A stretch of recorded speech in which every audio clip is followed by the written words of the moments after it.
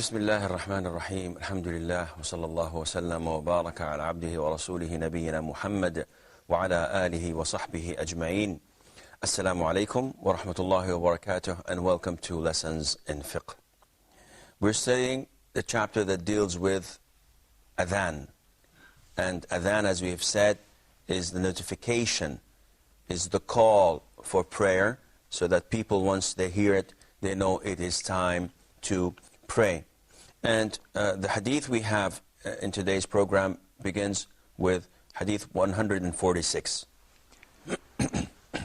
Narrated by Anas radiallahu anhu, Bilal was commanded to announce the adhan, meaning each phrase, twice, and the iqamah, meaning each phrase, once, except the prayer stood ready to begin, meaning to be pronounced twice. Which is, in Arabic, the iqamah. قد قامت قد قامت الصلاة. قد قامت الصلاة twice. Okay. Now, the hadith here was narrated by Anas. Bilal was commanded. Who commanded him? The Prophet ﷺ. So this is logical and understandable. What I don't understand is that he instructed him or commanded him to announce the adhan, each phrase, twice, and the iqamah, to announce it how many times? Once. Now, how do you say each phrase twice? And what about Allahu Akbar? If then this hadith means that we should follow the adhan of Imam Malik, where he said that Allahu Akbar is only said twice, so that it would be Allahu Akbar, then repeating it twice. So, can anybody clear my misunderstanding, Brother Fadi? Because in the adhan, Allahu Akbar is 2 times. Is it? Allahu Akbar, so twice, that's 4 times. Well, it's 4 times, it's not 2 times. Yeah, but he says twice, and it's actually 2 times, so it's 4. 2 times 2 is 4. So this means that the proper way of saying at-takbir is Allahu Akbar, not Allahu Akbar, and you pause, Allahu Akbar, and you pause, because then it becomes 4. But when you say Allahu Akbar, this is once. Allahu Akbar, this is twice. And in the iqamah, we say it only once. Allahu Akbar, ashhadu an la ilaha illallah. And in Arabic, this is called taghlib. Taghlib meaning overcoming, or giving the general name to all the thing we're talking about. For example, the Prophet ﷺ, and again this is Arabic, it might be a little bit difficult to explain in English, but Aisha, may Allah be pleased with her, when she was describing how they used to live with the Prophet ﷺ, she said that we would see the crescent after a third, which meant how many months? 2 months. And no fire would be lit in the house of the Prophet ﷺ. What does this tell you? It tells you that they didn't cook because they didn't have food to cook. So one of the companions asked Aisha, and he was astonished, said, Mother Aisha, 2 months and you wouldn't cook in the houses of the Prophet ﷺ? So how did you feed? What did you eat? She said, we had nothing to eat except the 2 blacks. Now this is Arabic, huh? 2 blacks. And she explained, water and dates. Dates is black. Dates, the dates itself are black in color. But is water black? No. Scholars say in Arabic, this is called taghlib. We give the name of one to the whole group.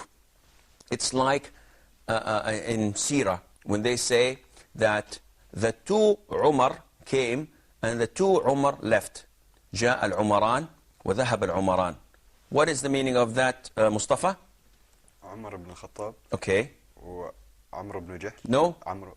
Well, you can't have both enemy and Abu Malik. Umar and Abu Bakr. Abu Bakr and Umar. So they give the name of Umar to Abu Bakr by saying, instead of saying Abu Bakr and Umar came, Abu Bakr and Umar went, they say the two Umaran, one Umar and another Umar, which is taghlib. Again, they say Al-Qamaran, the two moons. Mustafa, what do you think the two moons are? The sun and the moon. The sun and the moon. They call it the two moons, Al-Qamaran. And it's quite normal in Arabic to have this. That is why we give the name of one to the whole group. So there is a difference between adhan and iqama. Which has more words, Nur? What? Which has more words? More what? The adhan or the iqama? Of course. Adhan is more word. The adhan has more words than the iqama. The iqama has something that is not found in the adhan, Muhammad. قد قامت الصلاة قد قامت الصلاة. قد قامت الصلاة قد قامت الصلاة. And one adhan out of the 5 daily prayers has something that is not found in the iqama and the rest of the adhans, which is Fajr. Mustafa, فجر. which is الصلاة خير من النوم. الصلاة خير من النوم. Okay, can we try to figure out why the words in the adhan are more than the words in the iqama? Fadi?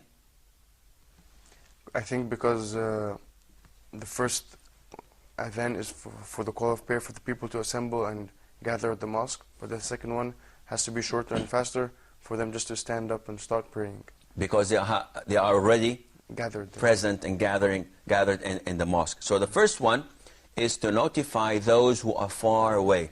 So they may miss a sentence or two. But if you prolong it and make it lots of words and sentences, the possibility that they hear it is far greater than if you make it short. And this is the reason why we have the adhan longer and more in sentence than the iqamah. The following hadith has the number 147. Narrated by Abu Juhayfa, may Allah be pleased with him, I saw Bilal calling for prayer, and I would follow looking at his mouth as he turned it this right side and that left side with his fingers in his ear. In a narration of Ibn Majah, and he put his finger in his ear, and also in a narration of Abu Dawud, he turned his neck to the right and left when he reached Hayya ala Salah, meaning come to the prayers, and didn't turn his body. Okay, this hadith tells us how to perform the adhan physically, how to do it. But something just popped into my mind. We always hear the terminology, the 6 books of hadith. There are 6 books of hadith, the most famous ones. So, Noor, do you know them? Yes, I know. Can you please? First, Sahih Bukhari, Okay, Sahih Muslim, okay. Sahih Ibn Majah.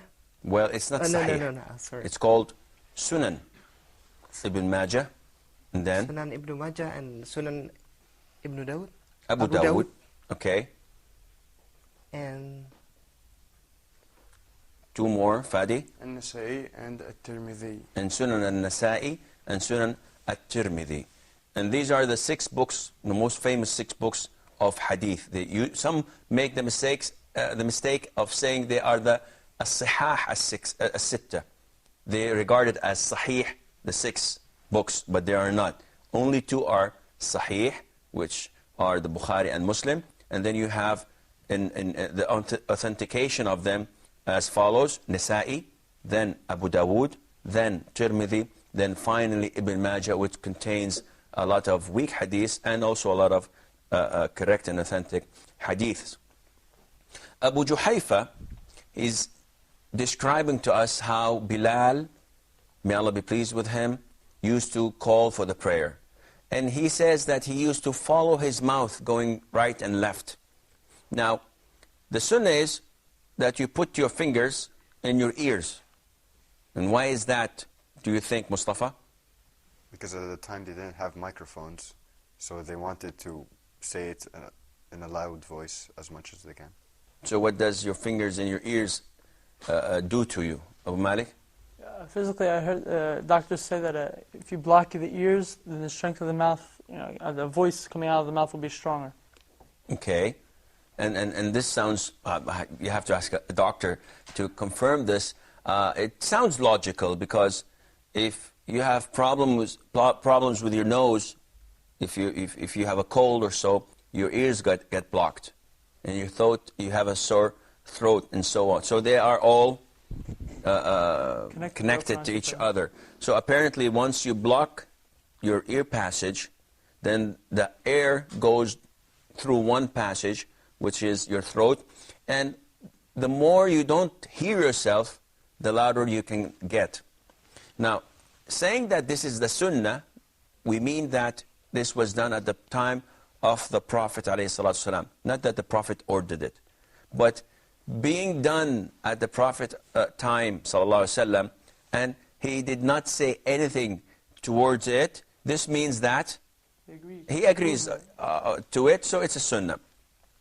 Now, in the hadith it says that he used to go right and say Hayya ala salat, Hayya ala salat twice, and goes left to say Hayya ala falah, Hayya ala falah. Why do you think he did this, Fadi?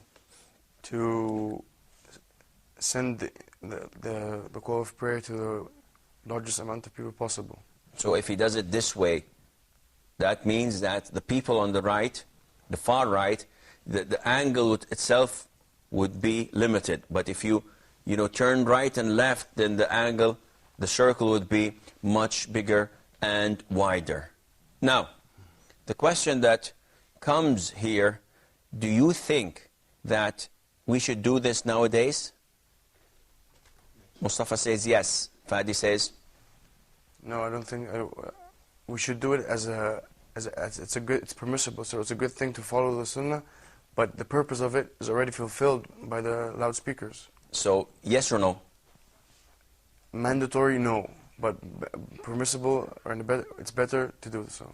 Mustafa has another opinion again. I thought adhan was an act of worship. Yes. So this means that if the Prophet Muhammad ﷺ commanded us to do it this way, to turn right or left while saying Hayya ala salah, Hayya ala falah, then we should do it either way. Abu Malik? Well, I do agree with Brother Mustafa on that, because it's sunnah. Okay. Noor? I agree with Brother Mustafa. Mustafa? Muhammad? If we see in that hadith, we can find that Muhammad, peace be upon him, not command him to do so. Okay. I will give you the floor, inshallah, after the break. We have a short break, so stay tuned, and we will be right back, inshallah.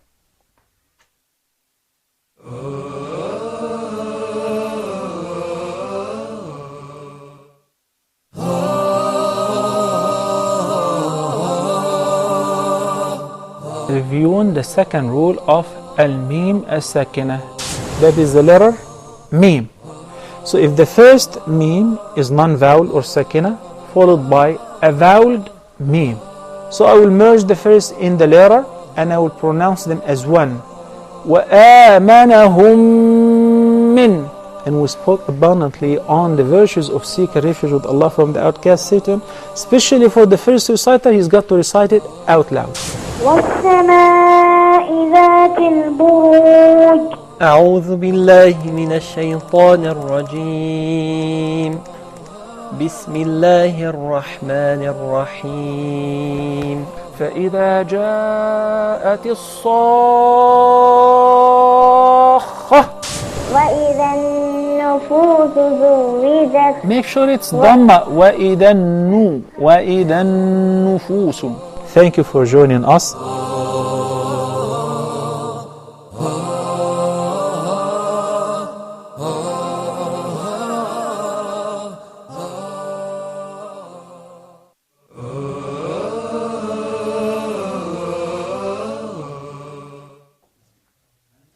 بسم الله الرحمن الرحيم. الحمد لله وصلى الله وسلم وبارك على عبده ورسوله نبينا Muhammad, and welcome back. Before the break, Muhammad was commenting on our question. So can you please elaborate?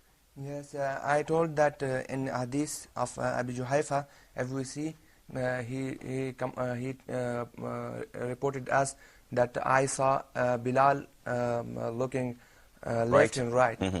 And that we find that not the Prophet told him for doing that. So if we do, it's better because it's act of a Sahabi. Okay. And it's good. So the consensus of the floor, we have say that it is Sunnah. Now we have other. Mustafa is changing his mind. Huh? No, I'm not changing my mind. If it was explicitly for that purpose, for letting people know, then it would have been not just in Hayya ala Salah and Hayya al Falah, then it would have been in the other sentences as well.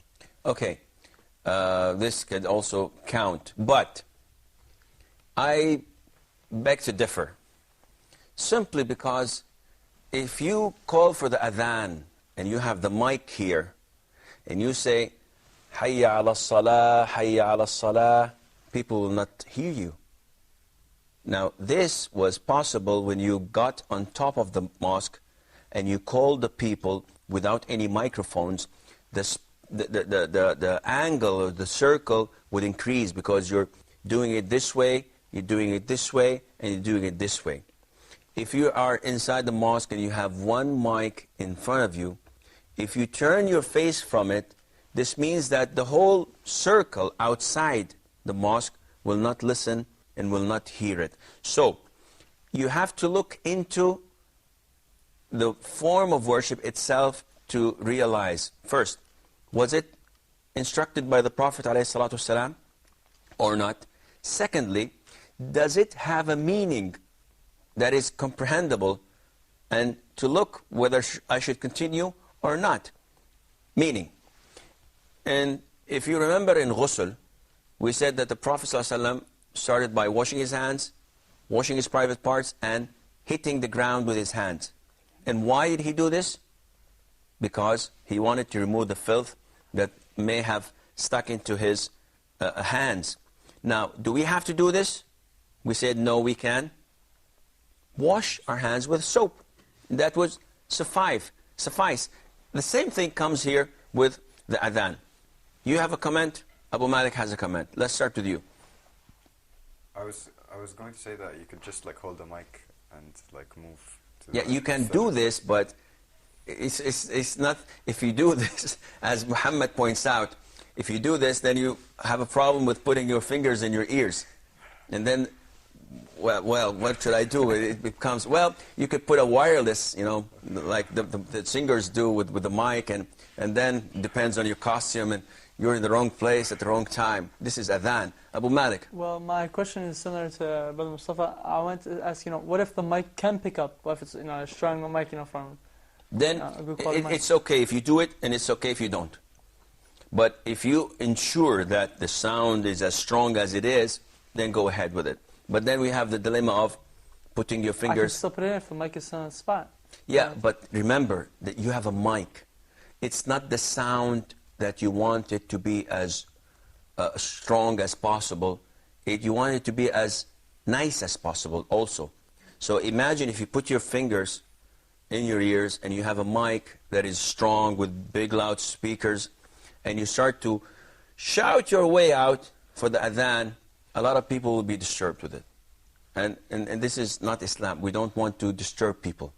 We want them to listen to the adhan, know it's a form of notification, and come to perform the prayer. So the last conclusion we could reach would be that it is recommendable that you follow the footsteps of Bilal in doing it and looking right and left, providing that this does not jeopardize the reach of the adhan. As for the fingers, we don't want to make it so loud that people would reject our adhan. So if you keep your distance away from the mic, some people make it really noisy. They stick their mouths to the mic and the sound becomes very loud, and it's not a pleasant thing to hear. Islam doesn't want you to do this. Islam tells you to be a PR person. It tells you to be a public relation person. You always have to look for the image. You always have to portray the best image for the religion you believe in. You don't want any people or anybody to, reject what you're calling them to. Hadith number 148. Narrated by Abu Mahdura, may Allah be pleased with him, the Prophet ﷺ liked his voice, so he taught him the adhan, meaning call to prayer. Abu Mahdura promised you before that we may talk about this man. I'm not going to talk a lot about him, but where did the Prophet ﷺ hear him make the adhan? Does anybody know? On the day of conquering Mecca, Fath Mecca, when the Prophet ﷺ went from Medina with his army and they conquered Mecca without any bloodshed, just went in and the people accepted them as conquerors. That was on which year? Does anybody know? Which Hijrah year? Now this is, embarrassing. The 10th? 10th year. And when did the Prophet die, alayhi salam? That's even worse. 18th? 18th. So the Prophet stayed in Medina for 18 years. That's a lot of time. 13. In Medina and Mecca? 10. Well, if we reverse it, we might have a better answer. He stayed in Mecca for 13 years, and he stayed in Medina for 10 years. So then he did not perform Hajj on the 10th year. He performed Hajj on the 8th year. And the Prophet he conquered Mecca on the 8th year, sallallahu alayhi wa sallam, and performed Hajjat al-Wada' on the 10th year. The 9th year was the Hajj of Abu Bakr and Ali, where he sent them to clear the way and to tell people that after today no mushrik will be allowed to enter Mecca. So the conquering of Mecca was on the 8th year of Hijrah.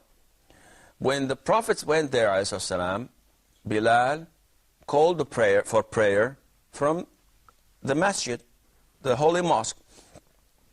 Abu Mahdura was a young boy playing with his friends. And when they heard the adhan, he started to mock and make the adhan of his own. When someone hears something and he makes fun of it. So he started making fun of it, Allahu Akbar, and making fun out of it with a loud voice. Accidentally, the Prophet ﷺ heard this voice. Now he's the conqueror. And he came after being kicked out of Mecca and after being chased out of it, and they had so many wars. So you can tell the personality and how he feels, alayhi salatu wasalam, after all these years. They killed his uncle, they killed his loved ones, they killed his companions, and now he is the conqueror of the city, and no one can say anything to him. And all of a sudden, he hears this boy making fun of the adhan. What would you have done if you were in his shoes? You would have probably brought this boy, sliced him to pieces and put him in the microwave and had him for dinner. The Prophet ﷺ was not like this. He did not avenge himself. The Prophet ﷺ was not a type of a man with a temper. He loved his religion. He loved mankind. He was the mercy, as described to us in the Quran, to mankind and to jinn. He was sent as a mercy of Allah Azza wa Jal. So he called his companions and told them, bring this man or bring this boy to me. So the guy came, you know, trembling and shivering, and the Prophet ﷺ wiped on his forehead, exactly as you do when you have a child or a young boy and you just pat him on the head, you know, it's okay, just to cool him down. And the Prophet ﷺ also taught him how to call for the adhan, and he prayed to Allah Azza wa Jal that He guides this boy to the right path. So the boy did exactly what the Prophet taught him to. But there's, you know, something strange. The boy was not a Muslim. Or he was a Muslim on the surface, but he was a hypocrite, because everybody reverted to Islam and by the sword. And he was, a while ago, making fun, ridiculing of the adhan.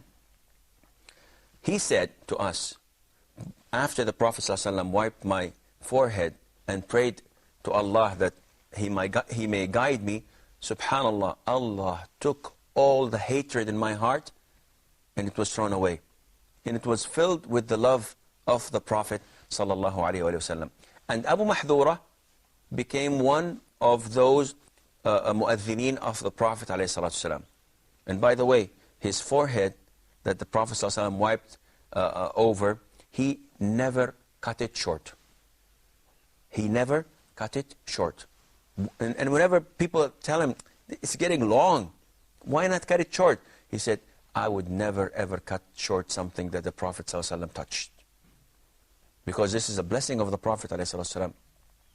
And the issue of blessing of the Prophet ﷺ is a very wide thing. Now, nothing in this world is worth touching and seeking the blessing of.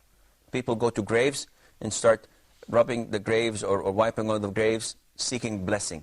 People go to Kaaba and they wipe the walls and the carpets and the curtains, and they seek blessing. They go to the grave of the Prophet ﷺ, they go to the window or to the door and wiping it with cloth and seek the blessing of Allah Azza wa Jal. And this is all wrong.